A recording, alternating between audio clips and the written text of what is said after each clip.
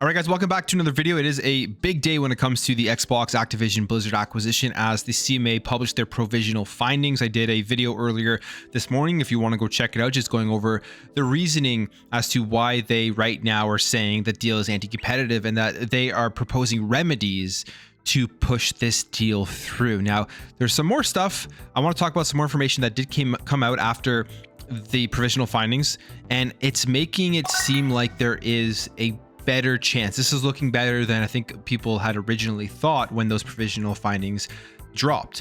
So we have this article here from GameIndustry.biz, and it says analysts see CMA objection to Activision Blizzard acquisition as a sign the deal will go through. And like I said, the findings came out and they are investigating possible anti-consumer impact of the Microsoft acquisition of Activision Blizzard. But shortly after that, Wedbush analysts Nick McKay and Michael Patcher released a note to investors saying the move suggests the merger is close to approval, which if you would have just seen the provisional findings and the headlines about that, you probably wouldn't have thought that was the case. But they're saying this: we read today's release as a signal that the UK knows it has a losing legal argument. In our view, the FTC figured this out late last year and rushed to file suit to block the merger in the hopes of being first to extract concessions from Microsoft.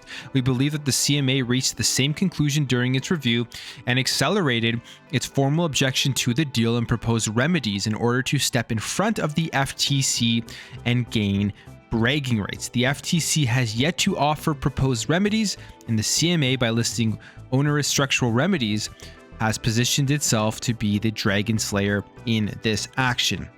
So take that for what you will. This is simply just sounding like, to me, this is all just political back and forth.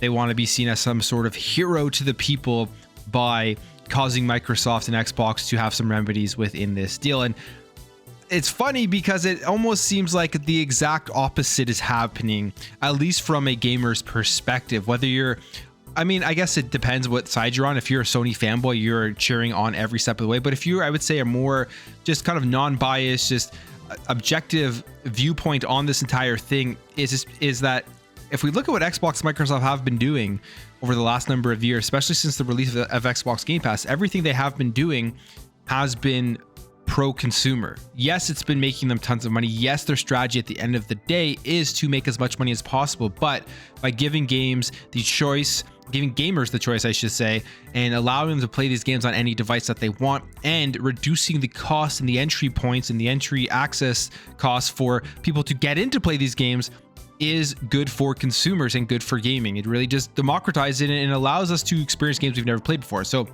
at the end of the day, they're trying to be the hero, but I think it's going to backfire for a lot of at least the perception of these agencies, of these regulatory agencies. So that's from Wedbush. That's what their analysts are saying. And then we got some more info here, and this one was really interesting because they are okay with behavioral remedies. And if you remember the post from IDAS, where we were talking about the 3 different steps of what could happen: either gets blocked, either goes through, or it gets blocked, but with the possibility of remedies to push the deal through. In that breakdown, IDAS had said that they probably wouldn't accept behavioral remedies. They probably would only go with structural remedies, which I believe would include actually selling Call of Duty IP and that type of stuff. But it seems like that's not the case. They're actually okay with behavioral remedies. They say here, during our investigation, Microsoft told us that it has offered to enter into new long-term agreements with Sony, Nintendo, and Steam to supply them with Call of Duty post-merger.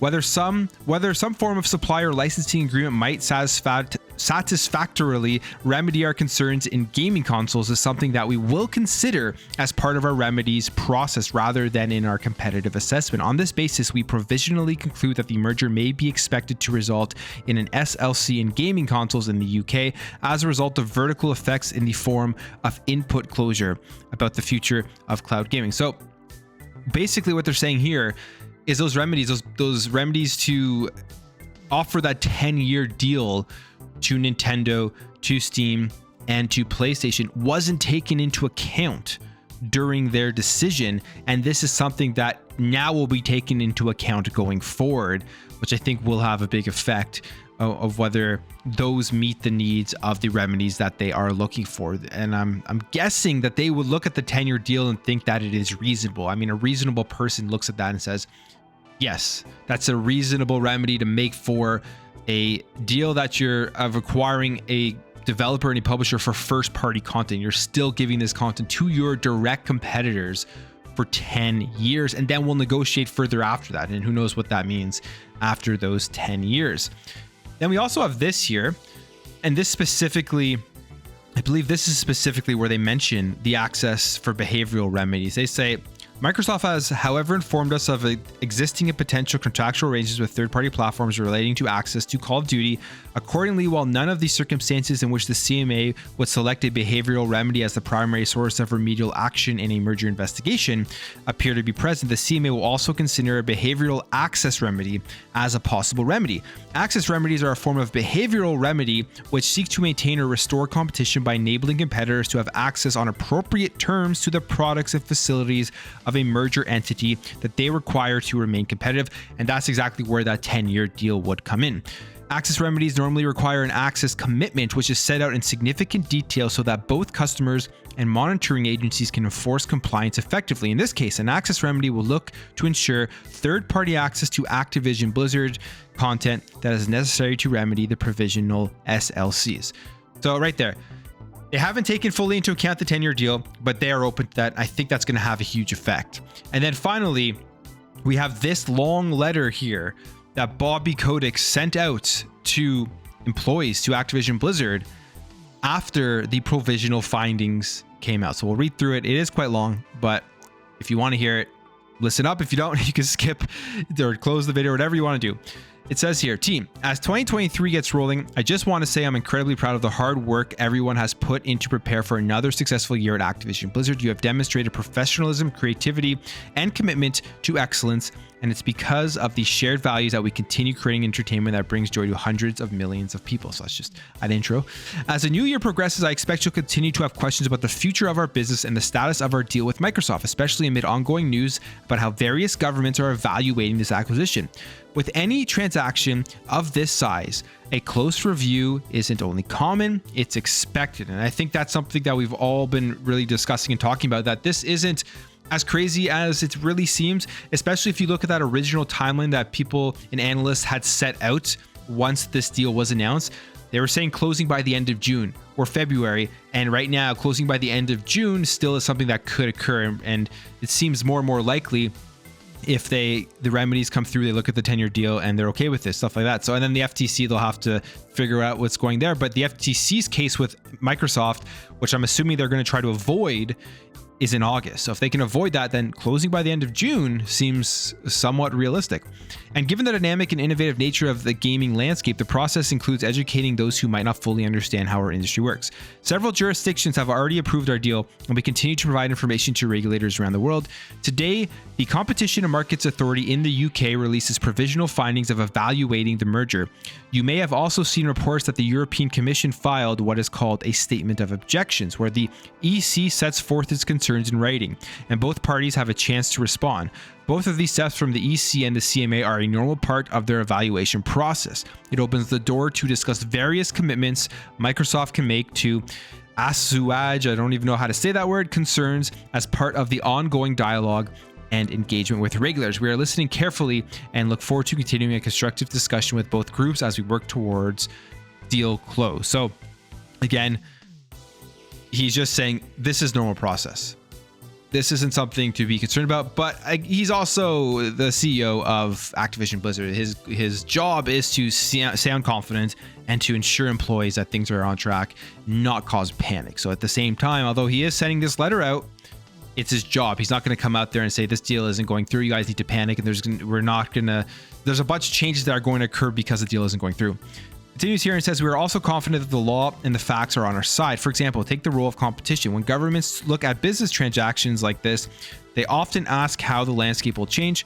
Will a merger spur innovation and increase competition across the industry, or will it create an unfair advantage that prevents others with new ideas and better products from competing? In this case, our combined companies will bring more competition to an already crowded field of world-class gaming competitors, including Sony, Tencent, NetEase, Apple, Amazon, and Facebook. And I agree with that. I know people are looking at this and thinking, why are we supporting, or why are people out there supporting a $1 trillion company consolidating the industry, and instead of coming up with new IPs themselves and going out and buying these massive publishers to compete? Xbox has 23 studios right now, and by buying Activision Blizzard, it adds them into Game Pass. It adds them into gives them more ability to expand out the service, and it will, at the end of the day, force PlayStation, force Nintendo to make changes in competing, to not have locked ecosystems, to try to reach more gamers, to give people more access and more choice with the pricing of stuff. I mean, I know they were saying in the CMA stuff that they're worried that they're going to raise prices, but that's like not the case. You buy Game Pass, you're paying much less than paying the premium price you pay for buying first party games. All of this stuff I think is going to create more competition, and we're going to have way more access to these games. I mean, you look at what happened with the TV and movie market with all of the streaming services, starting with Netflix, and then all the competition came in, and the amount of access that we have now to content for a low cost has never been seen before. And I think that's what's going to happen in gaming if Microsoft continues to be able to compete at a high level with their subscription services. Sony is going to have to eventually change. They will eventually have to change. And I think that means, I said this in my videos many times, my prediction is adding their first party games into their subscription service day one. I think in the next 10 years or so, that's something that's going to happen. I know it's a very vague prediction, 10 years. Well, of course, I mean, that's an easy thing to make, but that's just the way that I see the industry going. And I think this deal poses a huge threat to Sony of being able to catch up to Xbox Game Pass with their subscription model. It says here, we believe this merger gives us additional resources to compete with such giants. When you combine Activision Blizzard's iconic franchises and mobile expertise with Microsoft's history of innovation and Xbox's creative culture and distribution capabilities, we all gain an even brighter future for gaming. As we continue to prepare for the deal to close, you'll begin to see notifications or asks for information from our colleagues on the integration planning team. This is all part of the normal integration process meant to prepare for business continuity on day one after the deal closes. In the meantime, it's still business as usual, which for us means doing what we do best, delivering great games. Let's keep the focus on our existing slate so we can continue delighting our players around the world. So there you go. They're so confident that this deal is going to go through, they're already starting the integration to Microsoft. They're already starting to do things so they're prepared and ready for when this deal closes. Sounds like very confident from Bobby Kotick, and that they're expecting an approval of this deal sometime soon. That's what that sounds like to me. So the announcement today with the provisional findings of the CMA seems to be just political, I guess, posturing. Somebody wants to be the hero. Somebody wants to be the big government that comes in and says, no, you can't do this. And then they could put on the resume, hey, we made the $1 trillion company Microsoft change. We made them put remedies into this deal. Look at us. And they'll be able to always say that going forward. CMA, FTC, they want to be the government agency that does that. This is what all this sounds like to me, but this is just my speculation. And this is just what I think, and I could be completely wrong. So I want to point that out. But at the end of the day, from reading all of this stuff after reading those provisional findings, that's what it sounds like to me. But let me know what you guys think. Let me know in the comments below. If you enjoyed this video, hit that thumbs up. If you're new here, hit that subscribe button. I'll catch you guys later.